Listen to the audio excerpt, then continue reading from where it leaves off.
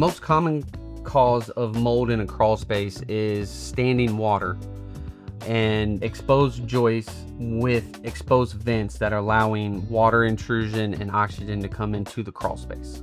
One of the first signs of having mold in crawl space is you will get a mildew smell through the vents in the living areas.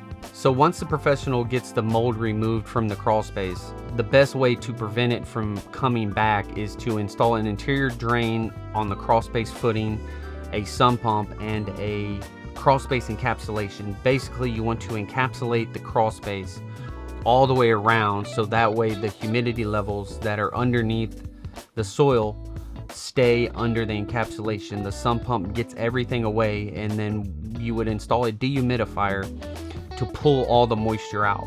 Once you have all that together, it will keep the mold out of the crawl space, and your encapsulation is usually a 25 to 30 year solution.